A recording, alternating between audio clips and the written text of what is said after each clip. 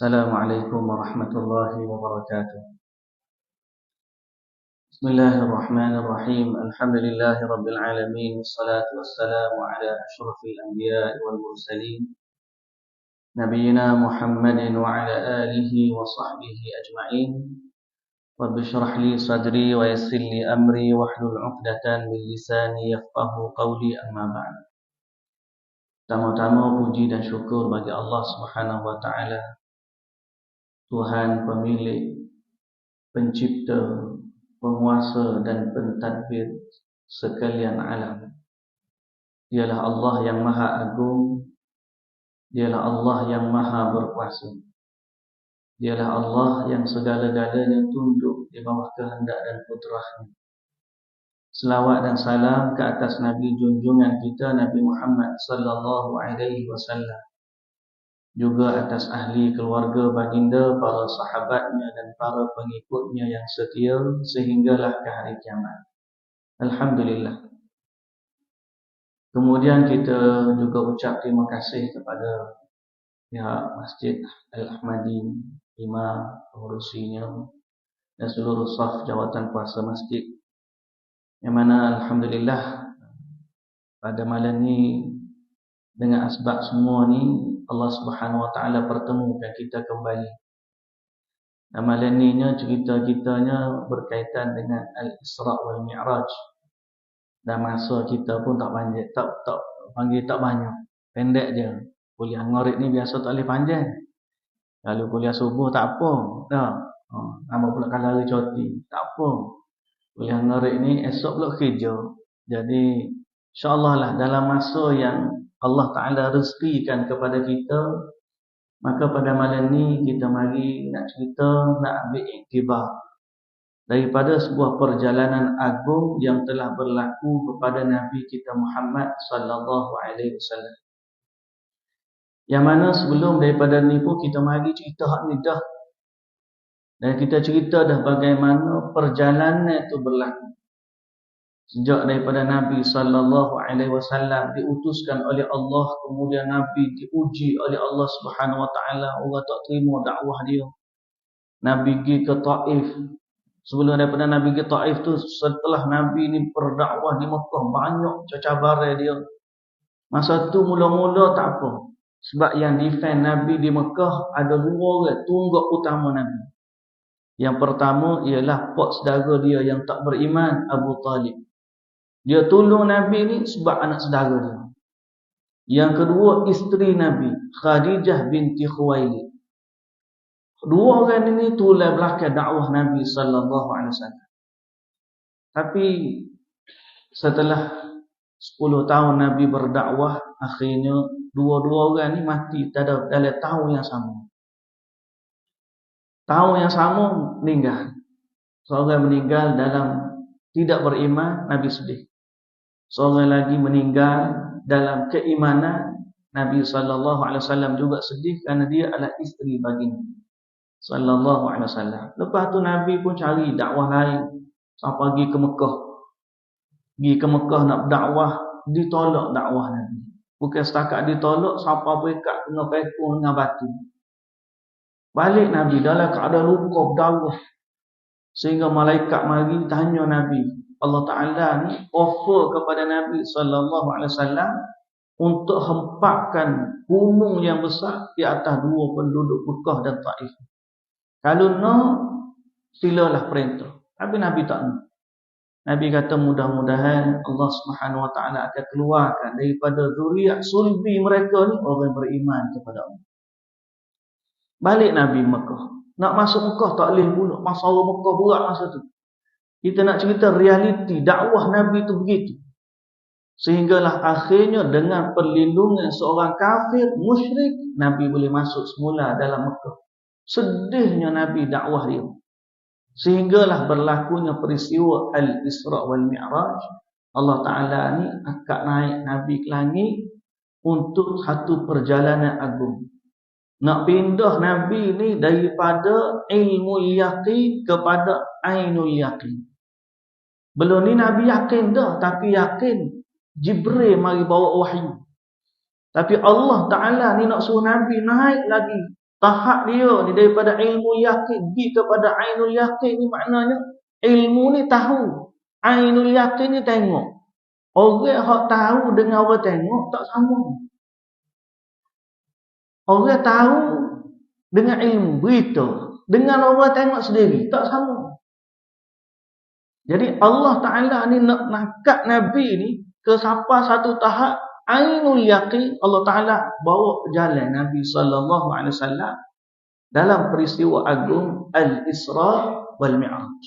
Iaitulah perjalanan daripada Mekah ke Masjidil Aqsa di Palestin, daripada Masjidil Haram di Mekah ke Masjidil Aqsa di Palestin. Daripada Masjidil Aqsa tu diangkat pula naik ke langit. Naik burak, naik ke langit. Langit tamu, buka pintu, kena minta izin dulu.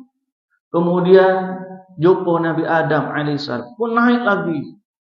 Minta lagi, naik lagi, minta lagi. Sampailah ke langit yang ketujuh. Sampai langit yang ketujuh, kemudian jumpa Sidratul Muntaha. Sidratul Muntaha ni, sidrah ni pokok. Pokok, kalau pokok sidir, tahu sidir. Sidir ni pokok bidara. Tapi sidrah ni satu pokok yang ada di langit. Sehingga Nabi tengok cantiknya, indahnya pokok ni. Buah dia besar seperti kendi. Daun dia serupa telinga gajah, kata dalam hadis. Tapi pemandangan itu Nabi kata, aku tak boleh nak royak sebab comel langit. Lepas daripada tu Nabi juga diperlihatkan di langit ketujuh tu dengan Baitul Ma'mur. Baitul Ma'mur ni satu tempat malaikat tawaf. Malaikat masuk beribadat kepada Allah. Di Baitul Ma'mur ni satu hari masuk padanya 70,000 malaikat. 70,000 malaikat setiap hari masuk. Dan malaikat yang masuk dah tu tidak akan kembali ke situ untuk selama-lamanya. Jadi silih berganti 70,000 malaikat setiap hari. Malaikat yang lain daripada sejak Allah Ta'ala cipta langit dengan bumi sampailah berakhirnya langit dan bumi. Berapa banyak malaikat Allah? Tak boleh nak bayar banyak. Tapi perjalanan Nabi tak berhenti situ. Jibril alaihissalam berhenti, Nabi naik lagi sampailah menghadap Allah Subhanahu wa taala. Dan kemudian Allah Subhanahu wa taala anugerahkan kepada Nabi perintah salat 50 waktu, 50 kali sehari semalam. Nabi pun sami'na wa ata'na. Terimalah dia. Lepas dia terima, turunlah dia. Lalu di langit yang ketujuh, situ ada Nabi Ibrahim alaihissalam. Nabi Ibrahim ni Allah panggil inna Ibrahim kana ummatan qanitan lillah. Dia ni sangat taat Tuhan. Jadi setakat 50 waktu ni Nabi Ibrahim kata, aku kalau boleh kat aku buat lebih kurang lagu tu lah. Nabi Ibrahim ni suruh sembelih anak pun dia sembelih.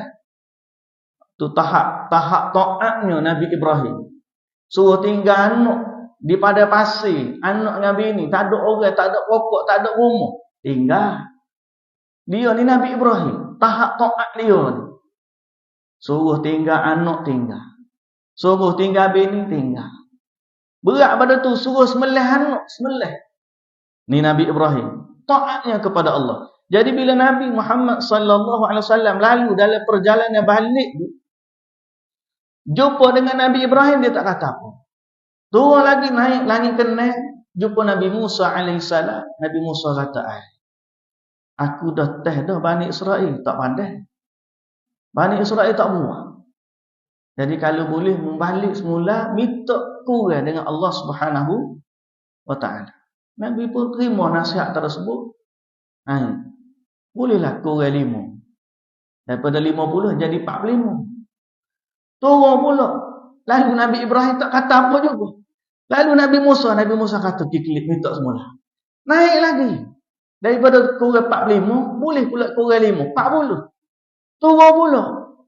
Sama juga. Nabi Ibrahim tak kata apa. Turun di Nabi Musa. Langit kena ni. Nabi Musa kata naik lagi. Jadi berulang-ulang Nabi Muhammad sallallahu alaihi wasallam antara Nabi Musa dengan menghadap Allah Subhanahu wa taala. Menghadap tu tidaklah menghadap supaya kita menghadap aja lagu tidak. Bila Allah tanya Nabi sallallahu alaihi wasallam, Aisyah radhiyallahu anha isteri Nabi, dia tanya Nabi, lagu mana menghadap Allah Subhanahu wa taala? Boleh tengok ke tak? Kata Nabi sallallahu alaihi wasallam, nurun anna arah. Ada hijab daripada cahaya.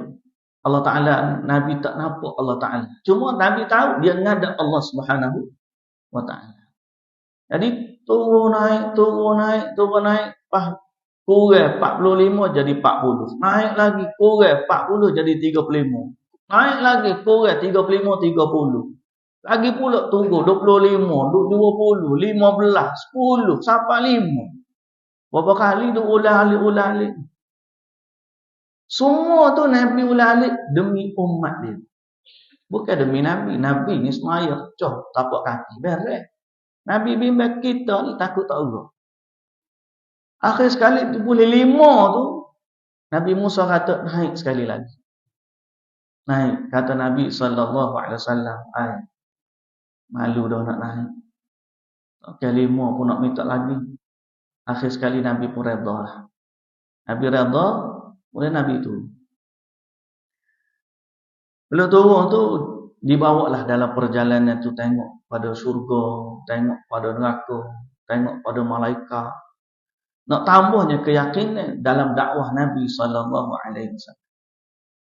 Siapalah kemudian turun semula ke Masjidil Aqsa, patah balik semula ngadap panggil di Masjidil Haram. Semua ni berlaku dalam satu malam. Semua ni berlaku dalam satu malam. Dan cerita ni ambo yakin kita biasa dengar seumur dah. Jadi malam ni gapo kita nak royak, nak tambah nilai. Kalau nak ulang cerita sama dah. Kita nak tambah nilai, gapo hak kita boleh ambil iktibar dalam masa hak sekejap ni supaya boleh menambahkan manfaat dan juga kualiti kita sebagai seorang hamba yang beriman kepada Allah Subhanahu wa taala. Nombor 1 ialah cerita ni menambahkan keimanan kepada Allah. Nombor 1. Dan kita dengan Allah Subhanahu wa taala ni walaupun kita ni tak naik jumpa dengan Allah seperti mana Nabi, tapi wahyu tu nak ayat kepada kita benda tu bila kita percaya seolah-olah kita tengok juga seolah-olah. Kerana yakinnya kita kepada Nabi sallallahu alaihi wasallam dan yakinnya kita kepada Allah yang Maha Agung penguasa alam semesta. Kita lah ni sebab muslimi dan muslimat, kita ada banyak krisis keimanan. Orang kita lah ni tahap iman dia tak serupa dengan orang dulu. Dia berasa tak yakin. Nombor 1 tak yakin dengan Tuhan. Ada orang tak beriman, ada orang beriman. Zaman Nabi pun ada dah. Zaman Allah ni pun masih ada. Bahkan berat lagi. Krisis keimanan kepada Allah. Yang kedua, orang yang beriman kepada Allah pun masih lagi ada krisis keimanan. Dia tak beriman dan dia tak berapa yakin.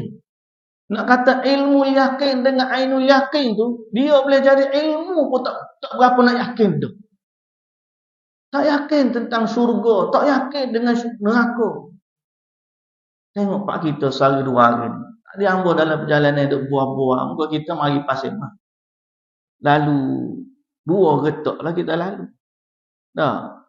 Antara Sungai Kelantan ni pasir mah, getok pasir mah ada, getok Tendung ada, getok Sutai ada. Duk tengah lalu tu tubiklah cerita hak baru ni kan. Ada orang terjun. Gak lama dah orang terjun. Lepas pada tu, dulu orang panggil terjun getok Sutai Yahya. Lah ni hak jadi viral getok Tendung pula. Hamba tak cerita bab getok, cuma nak rayaknya. Zaman dulu kita nak dengar orang Islam bunuh diri ni payah. Kalau orang bunuh diri ni orang kafir ya. Hamba teringat salah seorang daripada Saudara lah, waris jugalah. Dia pernah kerja Jepun lama. Dia kerja Jepun lama-lama. Kita tahu Jepun ni kadar bunuh diri paling tinggi dalam dunia. Stres pok dia. Tak tahu lagu mana. Dia tengah kerja. Partner dia ni tiba-tiba satu hari tak mari. Padahal sebelum daripada tu duduk kerja, duduk saya molek. Khabar-khabar tu esok ke tak mari kerja. Aku MC. Boleh berita tak ada semalam mati bunuh diri. Lagu tu je. Dia dengar tu terduduk dia kata. Memang kita tengah stres. Tapi kita bila orang Islam duk mikir, kita ni orang Islam. Stres lagu mana pun. Tu bukan cara dia. Sebab kita tahu dalam Islam dosa besar. Haram. Seorang ni bunuh orang lain pun haram. Bunuh diri sendiri pun lagilah haram. Cuma kalau orang tanya bab hukum, lagu mana hukum? Zaman dulu orang kata kalau bunuh diri ni mati kafir lah bahasa mudah ya. Tapi sebenarnya dari sudut hukum orang mati bunuh diri ni dia dosa besar. Dia tak sampai ke tahap kafir dengan murtad tu berat lagi. Dia tak sampai situ. Dia mati dia akan dihukum oleh Allah Azza wa Jalla dalam neraka. Tapi dia tidak terkeluar daripada kumpulan orang yang beriman. Mudah-mudahan sampai masa dia tak tahulah berapa lamanya.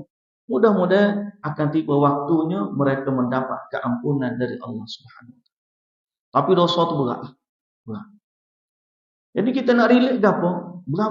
Betapa orang zaman lah ni kan. Berasa iman kita ni tak berapa. Rapuh dah. Baru stres sikit. Allahu Akbar. Jangan. Lepas tu dengar pula nak buat majlis, nak semayang, ajak atas getok, nak buat berapa, macam-macam.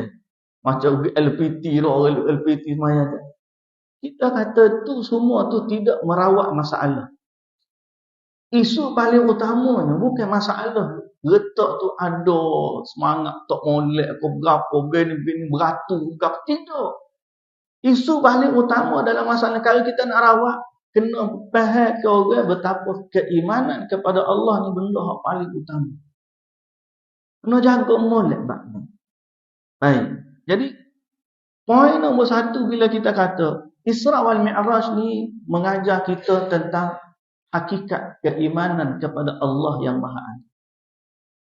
Kita dengan Allah ni kena baiki semua hubungan kita. Kita kena tahu dia ni siapa, kita ni siapa. Memanglah ni tak boleh tengok lagi. Nabi SAW naik langit memang tak nampak. Orang kata apa lagu mana Ustaz? Boleh ke tak nak tengok Allah Subhanahu Wa Taala? Orang Yahudi pernah minta dah dengan Nabi Musa AS. Mereka kata kepada Nabi Musa, qalu lan nu'mina laka hatta nara Allah jahrah. Musa, kami tak akan beriman kepada Allah Tuhanmu ni sehingga kami tengok Tuhan ni dengan mata kepala kami sendiri. Jahratan ni maknanya tengok sungguh. Nabi Musa pergi menghadap Allah Subhanahu Wa Taala minta.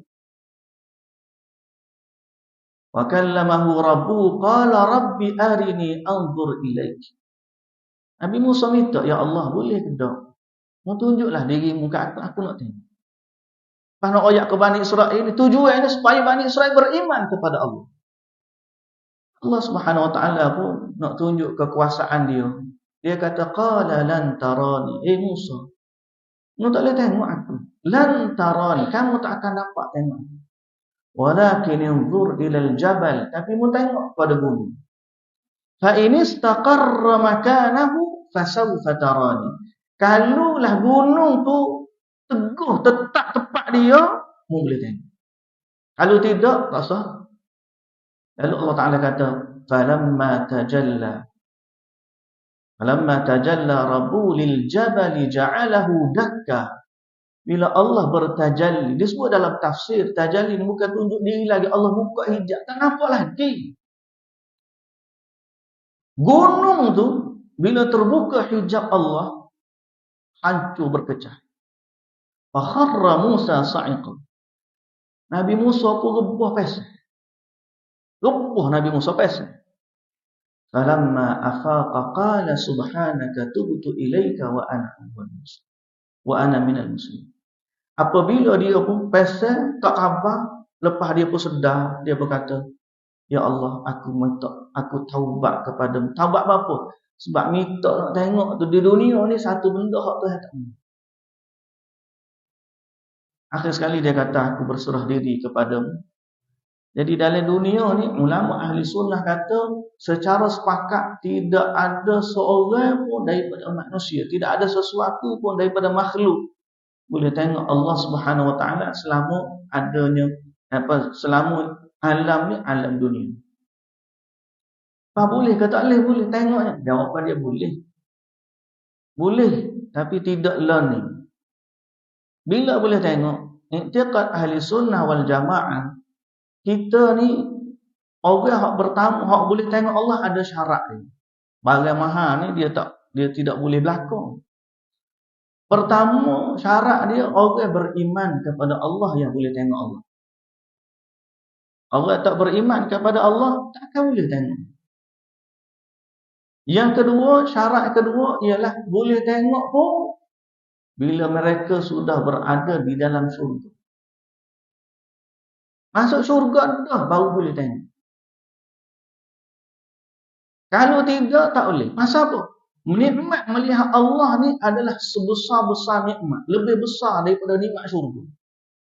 Sehingga ahli syurga bila melihat kepada Allah dalam syurga, dia akan lupa kepada besarnya nikmat syurga. Padahal nikmat syurga ni sadar. Bila tengok kepada Allah yang maha agung, yang maha indah, lupa kepada nikmat syurga. Kerana nikmatnya melihat Allah. Tapi dua syarat tadi. Pertama, mesti orang beriman. Yang kedua, mesti masuk syurga dulu. Kalau beriman, dia duduk dalam neraka lagi pun, dia tak boleh masuk syurga. Dia tak boleh tengok lagi. Boleh melihat dalam syurga. Orang kafir lagi mana orang kafir? Orang kafir. So, kalau nak melihat Allah, melihat syurga pun tak boleh. So, kalau nak lihat dia, orang kafir ni, orang yang tak beriman kepada Allah. Muka syurga ni barang mahal. Nak masuk syurga, tak boleh. So, kalau nak masuk syurga, nak tengok syurga pun tak boleh. So, kalau nak tengok syurga, nak cium haruman syurga pun tak boleh. So, kalau nak cium haruman syurga, tuan-tuan, hak ni paling berat sekali. Nak bayar syurga pun tak boleh.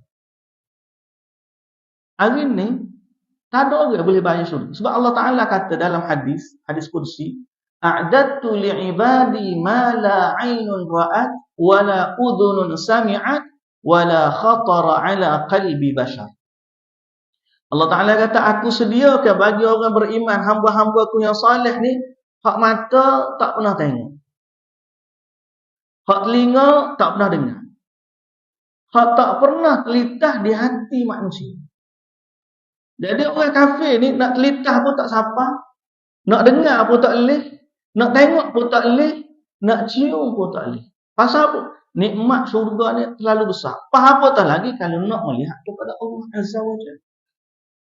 Lepas tu kita ni bila dengar Isra' wal Mi'raj, kita ada satu keimanan bahawa hari ni memang kita tak nampak Allah Subhanahu. Tapi dengan hadis-hadis yang ada, dengan ayat per ayat Allah Ta'ala bagi tahu, wujuhun yawma idzin nadhirah ila rabbiha nadhirah. Wajah pada hari tersebut berseri-seri. Dalam syurga ni berseri-seri. Apa tu? Ila rabbiha nadhirah. Sebab bila mereka melihat kepada Tuhan. Jadi ni kenikmatan yang paling tinggi yang kita letak dalam diri kita. Keyakinan. Susah setara mana pun. Kalau ada iman hak lagu ni dalam hati tuan-tuan, kita akan rasa ringan. Hidup dunia ni memanglah susah. Tapi tak ada orang Islam yang kalau begini sifat dia beriman kepada Allah, dia akan sanggup untuk bunuh diri dia. Sahabat-sahabat kita berat pada sahabat-sahabat Nabi berat pada kita lagi. Tunggu berat pada kita lagi. Kita ni muka taraf hidup tinggi. Tu ya, kes tinggi tu ya berasa tak mampu belakang. Tak mampu lagu mana? Kalau orang tanya tu. Nak beri ni dua, demo tak sah lah. Pasal apa? Demo tak mampu. Pasal apa tak mampu? Sebab taraf hidup kita tinggi. Sebenarnya, kalau ikut mampu sebenarnya, zaman Nabi dulu, Nabi sendiri, rumah dia tak berasak 3 bulan. Berani kita kata tak mampu pada Nabi? Tak. 3 bulan rumah Nabi tak berasak. Kita ni susah kita nak banding susah sahabat tu berat lagi. Cuma mereka keyakinan mereka kepada Allah dahsyat. Dahsyat. Jadi sebab tu kita ambil iktibar nombor 1 sekali dalam peristiwa Isra wal Mi'raj, tolonglah baiki keimanan kita kepada Allah. Hari ni kita kena ajar anak-anak kita, orang-orang ni mengajar beriman kepada Allah.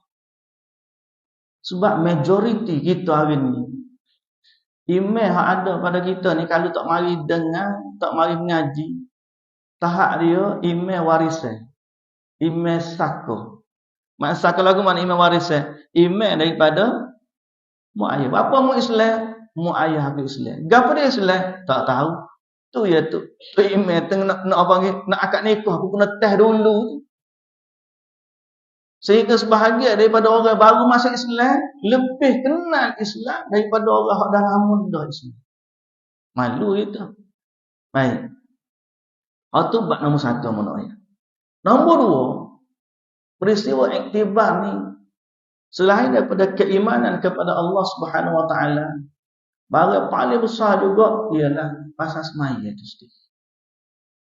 Semaya itu sendiri. Bapa ya dalam banyak-banyak perintah Allah Subhanahu Wa Taala. Hak lain Jibril mari buat turun. Kemudian hak solat ni Allah Taala akad naik Nabi terima direct daripada Allah Subhanahu Wa Taala. Benda tu tak berlaku pertama melain dengan kehendak Allah yang Maha Agung. Allah yang berkehendak gitu. Tidak berlaku sesuatu pun dalam seluruh alam semesta melainkan dengan kehendak Allah. Dan ni salah satu daripada kehendak Allah, di mana Allah sewaktu nak memerintahkan kefarduan semaya, Allah Ta'ala akad naik Nabi ni, naik langit, ambil direct dengan Allah Subhanahu Wa Ta'ala. Kalau orang tanya boleh ke tak? Kalau Jibril buat mari tu, tak ada masalah kalau Allah Ta'ala nak begitu. Tapi tak, Allah Ta'ala berkehendak Nabi ni diangkat naik langit, ambil direct daripada Allah Subhanahu Wa Ta'ala. Mesti ada sesuatu yang Allah Ta'ala nak suruh kita sebagai hamba dia ni tengok, perhati, perasan dan ambil iktibar dalam seluruh perjalanan. Salat, hamba, nilai hamba. Kalau kita baca surah Al-Isra, Allah Ta'ala sebut Subhanallazi asra bi'abdi. Hak ni ramai ada orang kata bahawa nilai paling besar di sisi Allah ialah nilai hamba. Nilai paling besar di sisi Allah adalah nilai hamba. Ada tak kaitan dengan nilai hamba dengan semaya yang Allah Ta'ala bagi kepada Nabi dalam perjalanan Isra wal Mi'raj? Jawapan dia ada. Bahawa inilah perhambaan kita yang paling agung kepada Allah. Tuhan tak minta dengan kita benda lain. Hak semaya, hak puasa setahun sekali. Hak haji, hak zakat setahun sekali. Itu pun bagi orang mampu je. Hak haji seumur hidup sekali. Itu pun bagi orang mampu je. Tapi semaya ni, Allahu Akbar. Besar tak besar dia sehingga dalam hadis, kalau kita perasan dalam hadis, dia menjadi tolak ukur Islamnya seseorang. Patut kata nilai hamba tadi. Siapa yang tak semaya al-ahdu alladhi bainana wa baina syirki wal kufri as-salah. Kata Nabi, beza antara kafir syirik dengan orang Islam ialah semaya. Siapa tak semaya, habis kufur. Sehingga kalau tanya pandangan para sahabat-sahabat dulu, apa hukum orang tak semaya? Tuan, Kalau orang mati bunuh diri, waktu kita kata berat, zaman kita dah mati bunuh diri, Allah habislah berat. Berat sekali, seolah-olah mati kafir ni. Banding dengan orang tak semaya, mana boleh?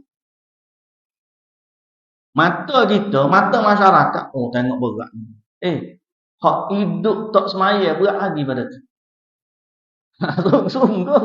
Hak hidup tak semaya berat lagi pada tu. Pasal apa? Pasal dosa meninggalkan salat berat lagi daripada dosa bunuh diri. Allah musta'an. Esok dah kita ni. Weh, lah cepat sungguh. Lah ke mana kita? Baru juga. Kena ambil sunat ni. Pergi. Boleh pahala. Arif bel pun boleh pahala, kita dengar boleh pahala. Dia bel boleh pahala bel, kita dengar boleh pahala jawab azan. Kemudian ada sunat pula selawat selepas daripada azan. Kemudian ada pula sunat doa azan. Kalau tak bel saja rugi ya. Jadi hamba berhenti mata lah untuk bel. Bunyi dah ni tak odoh ni kita ni gaduh berhenti dah. Kita dah tengok tu. Baik. Jadi bab semaya utama ni, bahagian utama di sisi Allah Subhanahu Wa Taala lebih besar daripada bab lain. Tinggal lagi ada satu hadis. Hadis ni tamu orang tak semaya tu tolonglah kita buat kerja dakwah, ajak orang semaya. Hak bagi duit budak pagi tu, tu comel dah. Tapi ramai lagi masyarakat di luar sana kita panggil kuatlah dia. Kadang-kadang kita mari, nak mari tengok dekat nak maghrib tengok duk main haji galik lagi. Tak ni. Berhenti di trafilat dia kata, "Oh, ada duk main haji galik-galik lagi." Nak ngarik dah ni. Mudah-mudahan dia berhenti mayalah. Tapi kan ayatnya ramai, betul kita kuat panggil. Cuma ada satu hadis. Bahagia kita hak semaya dah. Orang tak maya tu cerita lain. Kalau boleh kita ajak dia semaya. Kita ni hak dengar dah ni, hak semaya dah ni. Tuan-tuan tahu tak, ada satu hadis dalam Sahih Bukhari dan Muslim, cerita orang hak semaya dia rosak. Semaya dia rosak. Di mana dalam satu hadis riwayat Imam Bukhari dan juga Muslim, Nabi SAW dia masuk masjid, kemudian ada seorang lelaki masuk pula masjid depan Nabi. Dia semaya, lepas habis semaya dia mari jumpa dengan Nabi SAW dan dia bagi salam kepada Nabi. Assalamualaikum ya Rasulullah. Dalam hadis tu, faradda, Nabi pun jawab salam dia. Waalaikumsalam warahmatullah. Tapi Nabi tak kecek dengan dia, melainkan Nabi kata, irji' fasalli fa innaka lam tusalli. Dia semaya dah ni. Nabi kata ke dia, lepas Nabi jawab waalaikumsalam, Nabi kata, balik semula, semaya semula, sebab tadi mu tak semaya lagi. Lelaki ni pun klik semaya semula. 2 rakaat. Lepas dia semaya, dia mari pula jumpa Nabi. Faraja'a yusalli kama shalla.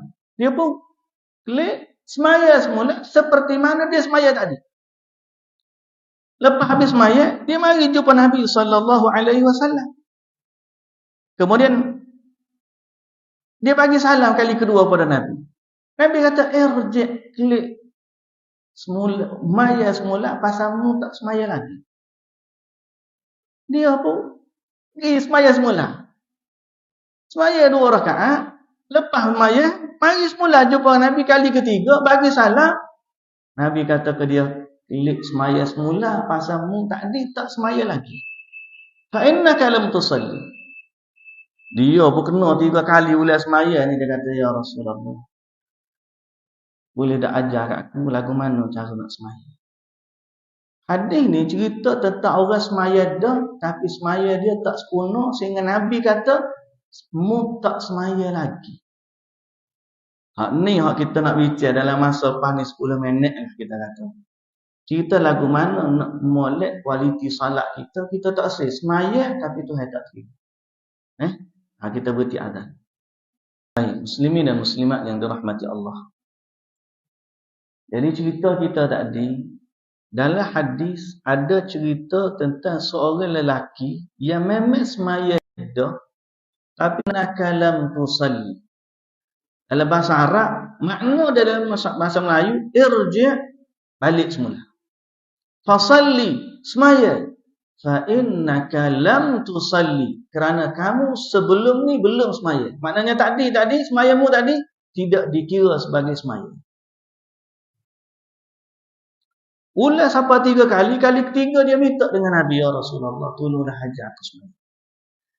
Hadis ni ulama masyhur di kalangan ulama hadis sebagai hadis musii'u salat. Hadis orang yang rosak semayang. Bukan orang tak semayang. Orang tak semaya bab lain. Hadis ni cerita tentang orang semaya tapi semaya dia rosak. Dan orang yang semaya dia rosak, Nabi kata tadi mu tak semaya. Maknanya orang yang semaya dia rosak, hukum dia sama dengan orang tak semaya. Dari sudut pahala dia tak ada lah. Cuma dari sudut kefarduan dia tu mungkin dia lepas. Cuma pahala dia tak ada. Dan kita tak asli benda tu. Kita tak asli benda tu. Kita ni jaga semaya. Kawan ni semaya sunat lah lagi ni. Bukan kata semaya fardu saja dia masuk masjid. Jadi dalam tu, lepas tu Nabi SAW ajar kepada dia.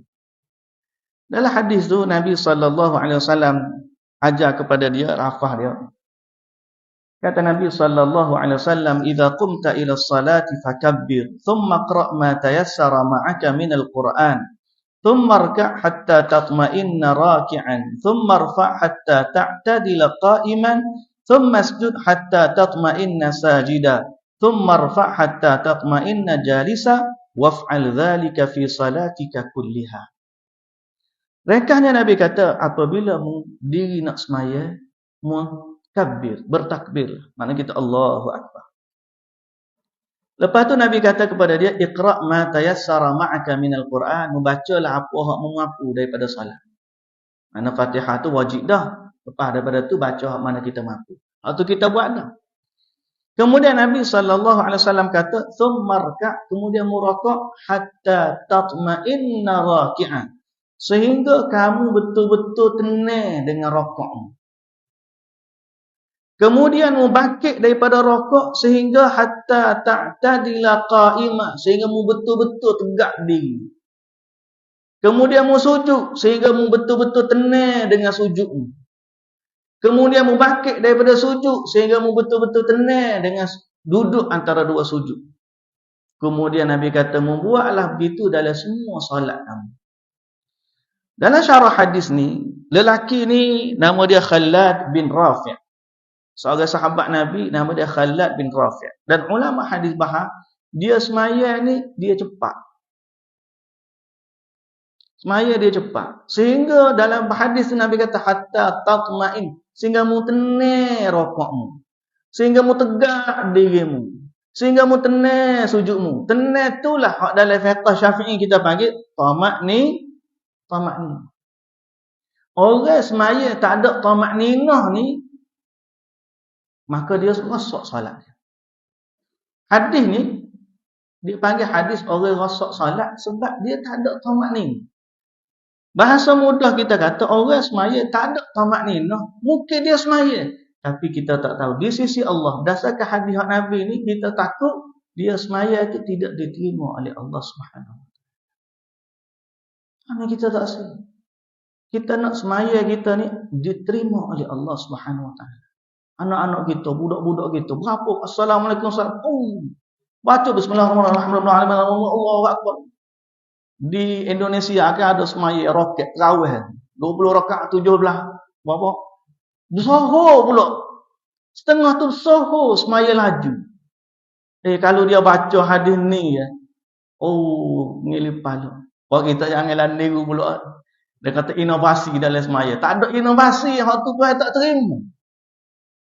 Lepas tu dalam mazhab kita, kira tamak-ninah ni rukun daripada rukun solat. Masa hadis ni. Nak jaga tamak-ninah. Lagu mana lagi kita nak meningkatkan kualiti semaya kita? Tamak-ninah ni ada kaitannya dengan khusyuk. Sebab tu kita nak khusyuk memang kena ada tamak-ninah. Orang hati dia tak tenang, maka anggota dia tak tenang, hati dia pun tak akan tenang. Kalau macam tu, Allah, payah nak tenang. Yang kedua, bila kita nak meningkatkan kualiti solat kita, seperti mana sahabat tadi, dia pergi tanya Nabi. Ada hadis lain pula Nabi SAW ajar kita. Nabi kata, "Sallu kama ra'aitumuni usalli." Nabi kata kepada sahabat dia, "Mu semayalah seperti mana mu tengok aku semaya." Tamak ninah jaga, kena ikut sunnah dalam bab solat. Banyaklah kalau kita nak detail bab ni saja, bagaimana sunnah Nabi dalam solat, banyak. Dah berapa ramai orang kita kadang-kadang tak ambil endah bab tu. Hamba nak dua perkara je malam ni. Kalau nak kena panggil semula. Dia jamu semula kita marilah dah. Tapi tak apa, kalau panjang tak ingat juga, kena mari acak kali baru jadi. Dua perkara je. Selain daripada hak tamak ninah tu campur dengan dia tiga. Untuk meningkatkan kualiti solat kita. Kunci utama ialah solat seperti mana Nabi. Solat seperti mana Nabi SAW solat.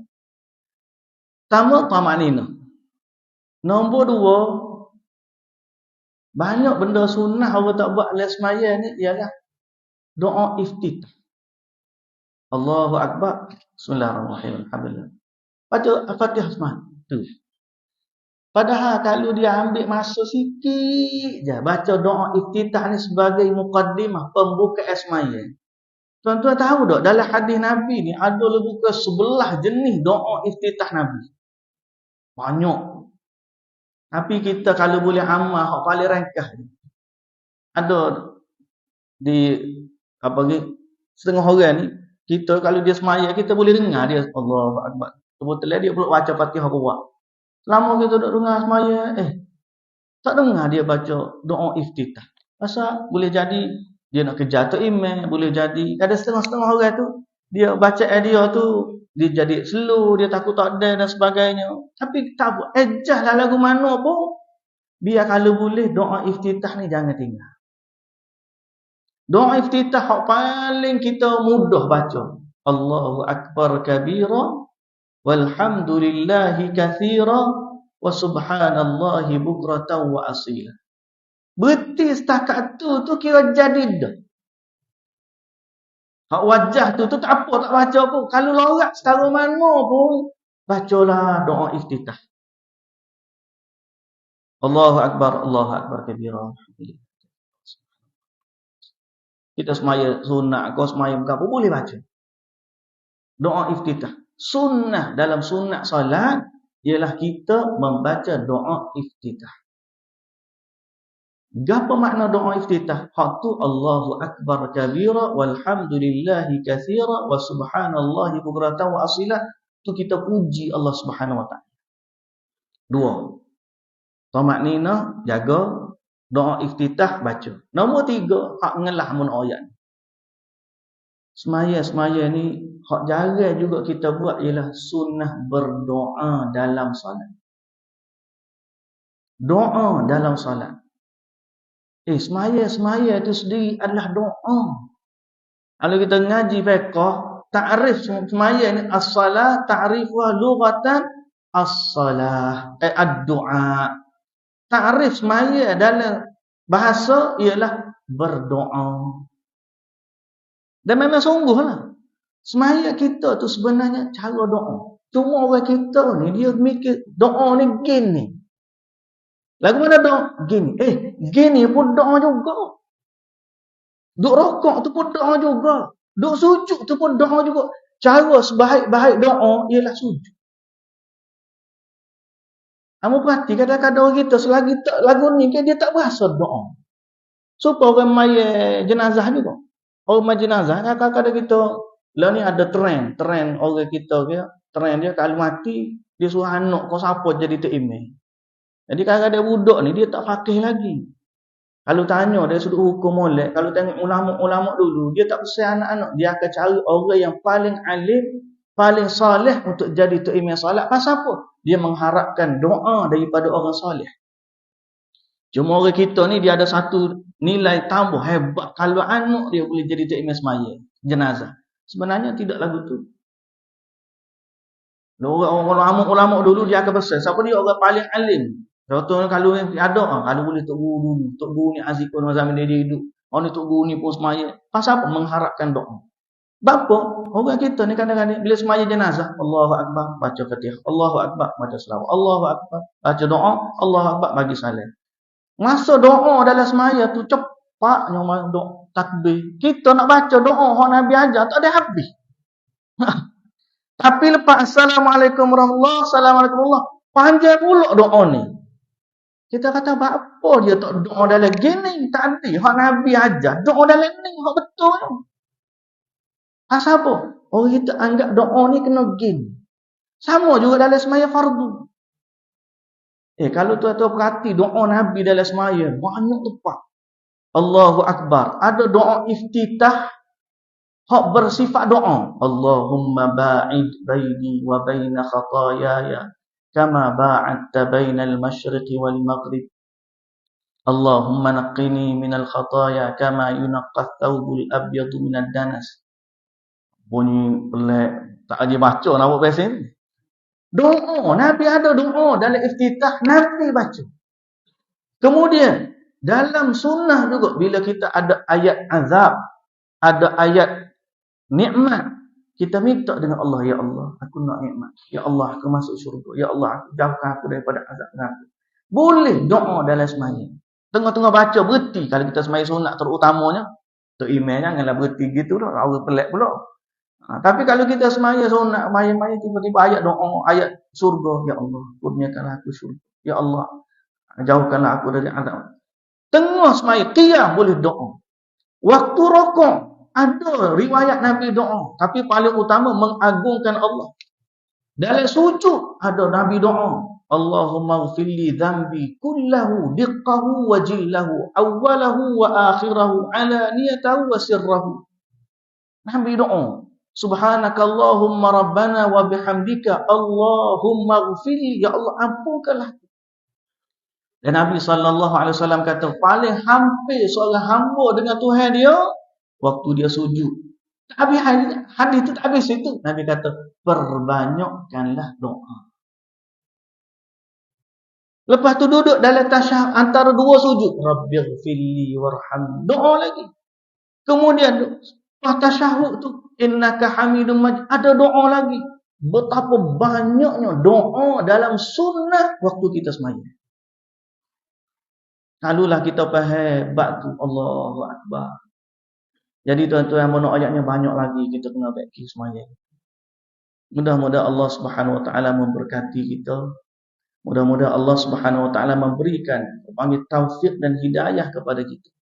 Tujuannya tak ada lain, agar kita sama-sama sampai waktu ketikanya Allah Ta'ala jemput kita jumpa dengan dia, maka Allah Subhanahu Wa Ta'ala terima kita dengan penerimaan yang baik dan Allah rahmati kita. Kata Allah Subhanahu Wa Ta'ala, inna rahmatallahi qaribun minal muhsinin. Rahmat Allah ni paling dekat dengan orang yang berbuat kebaikan. Dan tak ada benda yang paling utama Allah Ta'ala akan nilai kita di akhirat nanti lebih daripada salat itu. Bila kita mati, siapa-siapa mati, lepas ditanya tentang iman dia, amal yang pertama akan ditanya ialah tentang salat. Beres semaya, beres lain. Tak beres semaya, hak lain marilah nak tukar setara mana pun tak boleh. Tak ada benda boleh menukar semaya, tuan-tuan. Tak ada benda boleh menukar semaya. Melainkan kalau kurang semaya, bab semaya kurang, maknanya kita mungkin tak sempurna, kita tambah dengan semaya sunat. Tapi kalau orang jenis tak semaya langsung, sedekah dia, kau buat baik kepada anak yatim, kau tolong orang miskin, kau, kalau dia tak semaya, kebaikan lain tak boleh nak tukar, tak boleh. Semaya ni imanuddin, dia ni tiyan. Tak ada benda yang boleh tukar, melainkan tiyan ni juga. Hak lain dinding. Jadi semoga Allah Subhanahu Wa Taala memberikan kepada kita kefahaman dalam agama. Dan kita doalah agar ambillah doa Nabi Ibrahim alaihissalam. Lain daripada doa itu, doa Nabi Ibrahim. Nabi Ibrahim ini nabi. Tapi dia tak lupa untuk doa supaya Allah jadikan dia ni orang yang mendirikan salat dan anak cucu dia pun orang yang mendirikan salat. Padahal dia Nabi. Rabbij'alni muqimas salati wa min dzurriyyati. Rabbana wa taqabbal du'a. Ayo kita baca sama-sama. Rabbij'alni muqimas salah wa min dzurriyyati. Rabbana wa taqabbal du'a. Maksud dia, ya Allah, jadikanlah aku ni orang yang mendirikan salat dan jadikanlah zuriat keturunan aku pun orang yang mendirikan salat. Dan doa. Mudah-mudahanlah kita bimbanglah zaman-zaman lain ni orang tak. Olah. Zaman senang, kita lah ni zaman senang. Tak zaman senang ni dia banyak hala, dia jadi hala mikir. Banyak sibuk. Apa senang? Apa tak semaya? Sibuk nego, sibuk buat tu, sibuk buat ni. Bukan kita tak semaya sangat, ada setengah orang tu sibuk dengan dunia dia sampai tak semaya. Itu pun kita doa banyak-banyaklah, terutama kita ni mari semaya dah ni kena bimbang anak cucu kita esok lagu mana. Mudah-mudahan Allah berkati kita semua. Muslimin dan muslimat yang dirahmati Allah. Sekadar itulah hamba boleh rakyat pada malam ni. Mudah-mudahan Allah Subhanahu Wa Taala memberkati pertemuan kita dan Allah Subhanahu Wa Taala merezekikan kepada kita kefahaman dan ilmu.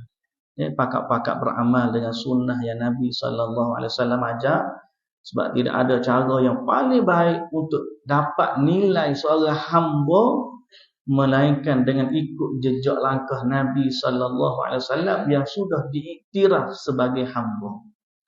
Kalau orang lain tak tentu lagi. Nabi ni memang dia ni terima wahyu dari Allah. Jadi siapa yang nak jadi hamba Allah yang benar-benar diredai oleh Allah, ikutlah jejak langkah seorang manusia yang telah pun diiktiraf sebagai hamba dalam surah Al-Isra, dan dia juga menerima wahyu daripada Allah. Dialah Nabi kita Muhammad sallallahu alaihi wasallam. Subhanakallahumma wa bihamdika asyhadu an la ilaha illa anta astaghfiruka wa atubu ilaik. Qul qawli hadza wa astaghfirullahal azim li wa lakum. Wassalamu alaikum warahmatullahi wabarakatuh.